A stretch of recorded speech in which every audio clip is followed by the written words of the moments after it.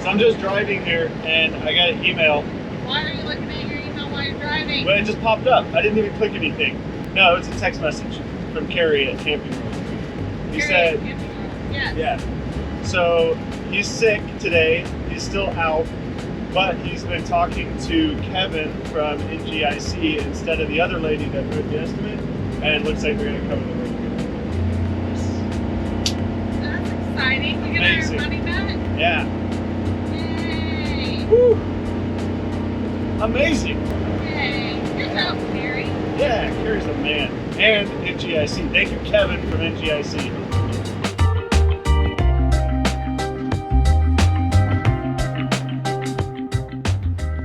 Hey everybody, welcome back to the channel. It's Rob, I'm back with you, and now I'm in the motorhome. I am not in a friend's house. I'm not in a family's house like the first two videos of this series. We're actually back in the RV, and we've been in here for about a week. We've actually traveled from Springfield, Missouri to Oklahoma City and back now to Wichita, Kansas over the past week.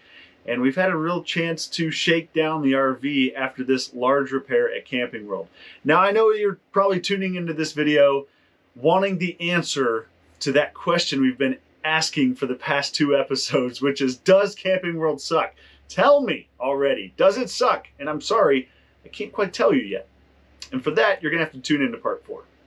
So in part 2, I said I originally intended this to be a two-part series. So I do a part 1, I'm dropping it off, here's what's going on. Part 2, I picked it up, this is what I think about Camping World. There was too much content to put in 2 episodes. And actually, we're gonna need a 4th, because in episode number 4, I wanna talk about Camping World as a whole. And I wanna talk a little bit about Marcus Lemonis, the CEO of Camping World, who is kind of at the center of all this vitriol and hate. I've done some social experiments, I guess you could say, on social media while we've been away. I've also done a lot more research on Camping World and Marcus Lemonis, and I've got a lot to say. So here in part 3, what we're gonna focus on is our experience with this one individual location, Camping World in Stratford, Missouri, with this huge repair we had done. Complete roof replacement, a glass replacement, some paint repairs, and then a whole lot of extended warranty repairs to the coach itself. And then also some electrical diag and stuff that came out of our pocket. So how happy were we with the overall experience? That's what we're going to talk about today. Let's talk about how this motorhome is working now that we've picked it up from Camping World. Hey buddy, are you ready to go back home? Get your space back? It's been so good. Edie, what do you think? You ready? It's like, hey, wake up. Hey, wake up, it's time to go. Time to wake up. I need to go home. I'm home. All right, here we go. Guys? Yeah? Get our keys back. Keys! Yes! Our house keys. Well, why don't you go in and try to turn the heater on, and then I'll go with you. All right. Go, yeah. Okay, there's some. Oh boy, slippery.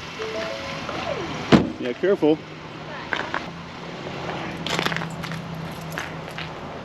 I did touch up the door. Oh, that looks way better. Okay. Ooh, there's wood. It's a dude. Yeah.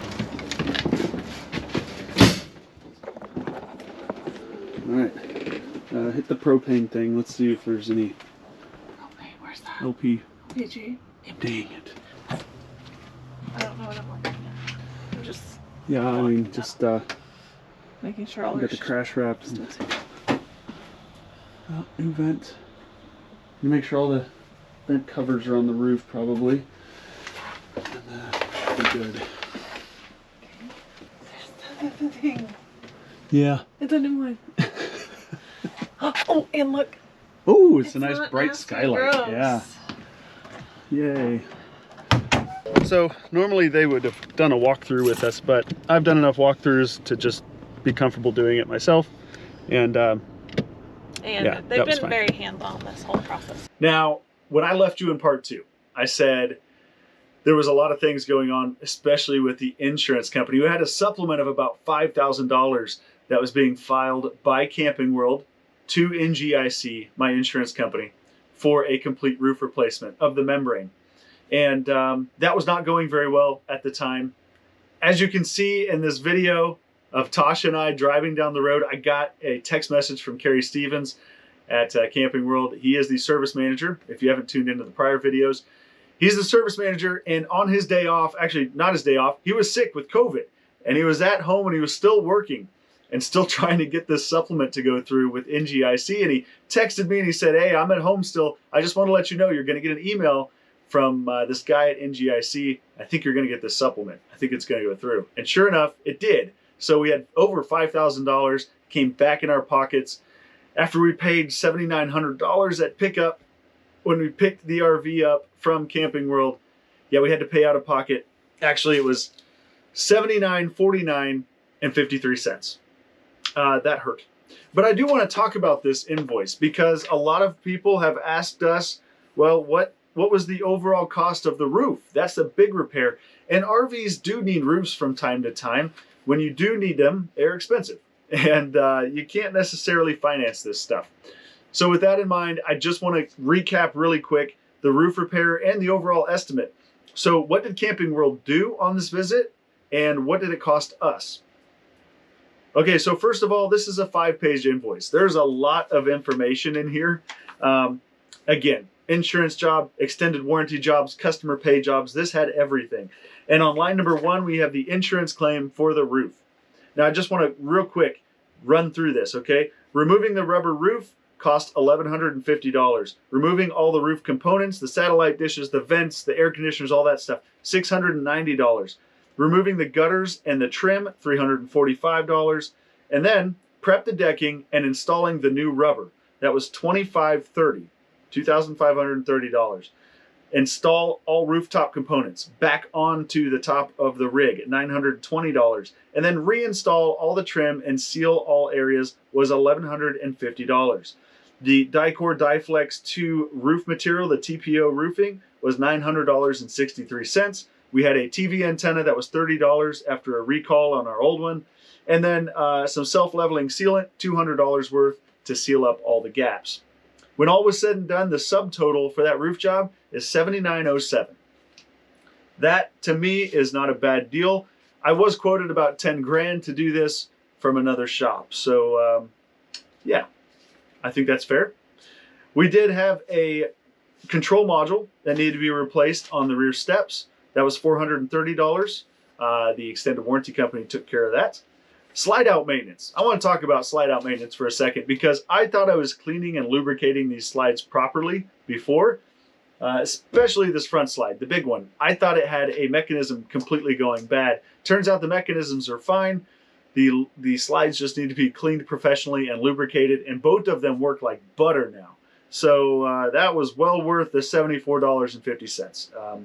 I need to learn how to do that properly, turns out. The fan vents were about $550 a piece. We got all 3 new ones. We have a remote one up here in the front. We have one in the garage that's activated by a switch. And then here in the bathroom, also a power fan that's activated by a switch. We had some electrical diag here in the chassis. And it turned out a lot of that was related to our chassis battery. So we had that replaced for about 85 bucks. But also, while the coach was there at Camping World, for some reason the power converter went out. And I think that was causing some of our issues. They actually replaced that converter free of charge. So I don't know if that was a situation where they just felt that we were spending so much money there that they went ahead and replaced that converter and threw it in. Or if maybe something happened in the coach that popped that converter and they said, we better replace that. I don't know what the case was. Either way, I'm grateful that it was replaced. I'm very appreciative of that. And we'll move on. The front stairs, the control wiring had a short in it. So they fixed that. They lubricated the stairs for $75. Lubricated the brackets, fixed the wiring, and now the stairs work great. And then I had them winterize the RV while it was there because it was cold. Nobody was using it. And that was $100, which I know I could have done that cheaper on my own. I didn't want to mess with it. So we dropped it off, had them do it, $99.99. So overall bill on this thing was $9,829.90. Again, out of pocket, we paid about $5,200, $5,300 at pickup. And that was pretty frustrating and a little bit scary. But it turns out the insurance company, like I said, they're ponying up another $5,000. So that's going to help us out big time. We appreciate Kevin at NGIC and Carrie at Camping World, and Cammy for that matter, for doing the right thing and helping us out with that repair. Now I want to talk about the RV. How does the RV work after pickup? Because we had a lot of stuff done, right? And I'm sorry about the noise because the furnace just came on, and frankly, it's like 15 degrees outside, so I'm gonna leave the furnace on. And these are the slippers I'm wearing. Like, that's how cold it is. I'm keeping these bare feet on. I'm broadcasting in the bare feet. I don't care. We've been in the RV a week. We've traveled from Springfield, Missouri to Oklahoma City, back to Wichita. And what I've found is there were a couple things actually that have popped up. First thing is when we got in the rig, we had to fill the propane. We did that and the furnace would not turn on. And Carrie mentioned to us that this control board in this front air conditioning unit had an issue intermittently while it was in the shop. And I've seen that happen while we were traveling. I think I had that happen twice. And what I did was I just reset the system. I pulled a fuse, put it back in, and it took care of it. Sure enough, I got in, started messing with some things. I remembered that fuse situation because we didn't have a furnace. We had no heat because it all ties through that AC board. So I had an error on the thermostat. I pulled the fuse, put it back in, and lo and behold, the heater started working. That's been great. So since I fixed that a week ago, we've had heat. We've had no issues with the HVAC. The other issue that we had was half of the outlets in the coach weren't working. I tried to figure it out. I actually replaced a GFIC outlet in the garage that I thought was blown. Come to find out, I got in the converter area. I knew they replaced the converter. I looked around and I found that they did not plug the inverter back into an outlet. So if I have the inverter on, the outlets work. If I have it off, even on shore power, they don't work. And that was as simple as just plugging the inverter back in. Now I talked to John, he's the technician at Camping World in Stratford that was working on it, the primary technician. And he mentioned to me that they had a guy helping, kind of a new guy. He put the converter in and he must not have plugged the inverter back in. So that was an easy fix, but it was pretty frustrating, if I'm honest, picking the RV up and not having propane heat, but then also not really being able to use our portable heaters in most of the outlets because they didn't work. So there was 24 hours of frustration until I figured that out. But hats off to Carrie. He was available at all hours. I texted him and told him what was going on. He helped me through some things. And then, like I said, he got me with the technician. And the technician called me right away, was happy to help. Now, in terms of the large repair, the roof, I got up there, I've looked around, and it looks great overall. First of all, we went with the tan color. The last roof was white, and the caps were painted to match the body. But we weren't going to paint the caps this time. We're just going to wrap it around. White would have stuck out against these colors, so we chose tan. And I'm really glad I went with the tan. It flows nicely with the coach. It looks really good. I got up there, I looked at it. There's a couple of wrinkles on the side that I would hope that they can clean up. We'll see, but overall, the repair looks really good. So I'm up on my roof, on my Outlaw. This is the first time I've been on the roof since put the new membrane on. And I'm just checking out everything, checking out the work. I will say they did a really clean job on the sealant. One little wrinkle here. And this is where the tricky part of putting a roof on an Outlaw comes into play, because it kicks up and there's an angle back here towards the 3/4 mark of the roof. So they have to like kind of crease it a little bit, you know, and make the turn. So they did a good job with that, and overall it looks really, really nice. So we'll go back up here to the front cap, and same story, minimal sealant used. Again, another nice job there. So no leaks or anything. You know, we've been through plenty of rain and ice and all kinds of junk. Down here in Florida, it rained a lot, rained pretty heavily, and we've had no leaks. Like I said, everything's been good. So, yep, not too shabby. And I will say that I've had some comments on Facebook of people that are actually familiar with this particular location and the gentleman that installed the roof, and everybody has said great things about him. We've had former bosses And actually the technician that trained this guy to put the roof on, he commented on Facebook, said, I trained him, I know he does a good job.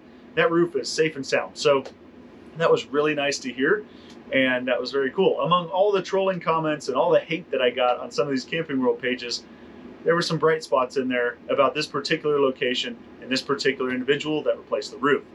Speaking of those comments, I'm going to get to those a little bit later in this episode. I'm going to tease the fourth episode. We're going to talk a little bit more about some of these hateful comments of Camping World and actually comments towards me just having my roof replaced at Camping World, what some of these people said. But anyway, we'll focus on the positives in this one. But overall, the workmanship's good. Again, they left the rig clean. There wasn't sawdust everywhere. There wasn't debris. The technicians, you couldn't even tell that they were in here. The rig was swept and cleaned and just really nice overall. So a great experience in terms of pickup. And aside from those little hiccups with the electrical stuff and the furnace, I'd say overall really, really good. I want to just mention really quick, and I should have said this right off the top, we were really pressuring them to get this thing done and get us back in it. I really wanted to pick this thing up as soon as I could and get back on the road. With that in mind, they were kind of scrambling at the end, I think. Had they had a little bit more time to QC this thing and spend with it, I'm sure that the furnace wouldn't have been an issue, or the outlets for that matter. So I will actually take the blame on that one and say that I rushed them a little bit towards the end. All right, everybody, so there you have it. Even after rushing them along, Camping World in Stratford, Missouri did a pretty dang good job on our rig overall. Now, of course, we had the little nitpicky things, but I think if they had a couple more days with the coach to kind of just shake it down, they would have caught those things and it wouldn't have been an issue. But we had to pick this thing up and get on the road. So again, I assume some fault for that. So overall, we had a good experience. And at this point, you're probably thinking, especially if you're a Camping World hater, I'll say, you're probably thinking that I am just taking the side of Camping World and I'm gonna wrap this whole thing up with puppies and kittens and rainbows and Camping World's amazing and nobody else knows what they're talking about. When in actuality, I'm gonna wrap this video up by saying our experience was great. However, maybe it was an anomaly. There are so many complaints and so many doubters when it comes to Camping World that I've done some social experiments. I've done a lot of reading on Camping World and Marcus Lemonis, and I want to share my thoughts on that in part 4. And then we're really going to answer the question, does Camping World suck, in part number 4. So thank you all for bearing with us. Make sure you click the subscribe button and push the bell icon so you can get notified once part 4 drops here very shortly. So thank you, everybody, and we'll see you in the next video.